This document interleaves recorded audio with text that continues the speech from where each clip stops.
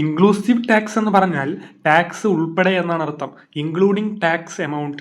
Example നോക്കാം. Purchase goods at 10,000 plus tax from Anil by cash. അതായത് 10,000 രൂപയ്ക്ക് എന്ത് വാങ്ങി? സാധനം വാങ്ങി.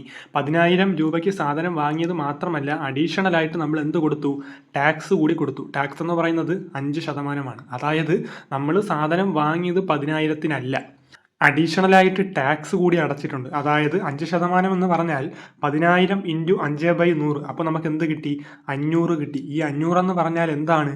ടാക്സ് ആണ്. അപ്പോൾ ടോട്ടൽ നമ്മൾ കൊടുത്ത പൈസ എന്ന് പറഞ്ഞാൽ 10,000 രൂപ സാധനത്തിൻ്റെ എമൗണ്ട് പ്ലസ് 500 എന്ന് പറയുന്നത് ടാക്സ്. ടോട്ടൽ 10,500 നമ്മൾ എന്ത് കൊടുത്തത്? അനിൽ എന്ന് പറയുന്ന ആൾക്ക് ഈ ഒരു ഗുഡ്സ് വാങ്ങിച്ചപ്പോൾ നമ്മൾ കൊടുത്തത്. ഇത് നോർമൽ കേസാണ്.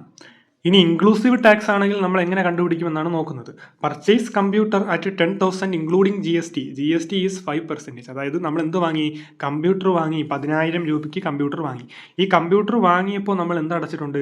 ടാക്സ് അടച്ചിട്ടുണ്ട്. പക്ഷേ ഈ 10,000 രൂപയ്ക്ക് ഉള്ളിലാണ് ടാക്സ്. അതായത് പ്രോഡക്റ്റിൻ്റെ എമൗണ്ടും GSTയും എല്ലാം ഈ 10,000-ന് അകത്താണ്. അപ്പം നമ്മൾ കമ്പ്യൂട്ടറിൻ്റെ ഒറിജിനൽ റേറ്റ് എത്രയാണെന്ന് കണ്ടുപിടിക്കണം. അതേപോലെ തന്നെ GST എത്രയാണെന്ന് കണ്ടുപിടിക്കണം. GST പെർസെൻറ്റേജ് തന്നിട്ടുണ്ട് 5%. അപ്പോൾ 10,000 ഇൻറ്റു 5/100 ചെയ്ത് കഴിഞ്ഞാൽ നമുക്ക് എന്ത് കിട്ടത്തില്ല? ഇൻക്ലൂസീവ് ടാക്സ് കിട്ടത്തില്ല. അതുകൊണ്ട് നമ്മൾ എന്ത് ചെയ്യുന്നു? 10,000 ഇൻറ്റു 5/105 ഇടുന്നു. ഈ 5 കൂടെ എന്ത് ചെയ്യുന്നു? അടിയിൽ ആഡ് ചെയ്ത് കൊടുക്കുന്നു. അപ്പോൾ നമുക്ക് കിട്ടി 476.19.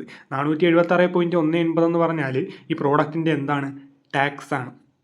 അതായത് 10,000 രൂപയിൽ നിന്നും 476.19 കുറച്ച് കഴിഞ്ഞാൽ കിട്ടുന്ന എമൗണ്ട് ആയിരിക്കും കമ്പ്യൂട്ടറിൻ്റെ ഒറിജിനൽ റേറ്റ്. അതായത് 9,523.81 എന്ന് പറയുന്നത് കമ്പ്യൂട്ടറിൻ്റെ ഒറിജിനൽ പ്രൈസാണ്.